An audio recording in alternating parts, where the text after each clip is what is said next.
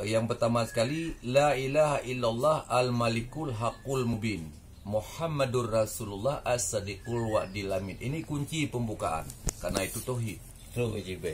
Kemudian yang kedua, baca adalah ayat dalam Al-Quran. Wabil haqqi anzalnahu wabil haqqi nazal.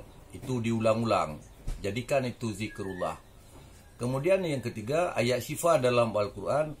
Ya ayuhan nasu qad ja'akum mau'izatu mir rabbikum wa shifaa'u wa lima fi sudur wa huda rahmatul lil mu'minin. Yang ke satu lagi, wa nunazzilu minal qur'ani ma huwa shifaa'u wa rahmatul lil mu'minin wa la yazidu zalimina illa khasara. Kunci ini daripada ini zikir syifa adalah Bismillahirrahmanirrahim, alhamdulillahirabbil alamin, arrahmanirrahim, maliki yaumiddin, iyyaka na'budu wa iyyaka nasta'in, wa iyyaka nasta'in diulang 7 kali. Wa iyyaka nasta'in, wa iyyaka nasta'in, wa iyyaka nasta'in, wa iyyaka nasta'in. Selepas 7 kali stop. Berdoa. Kemudian doa apa saja di situ. Penyembuhan ke, mudah rezeki ke, apapun tidak peduli.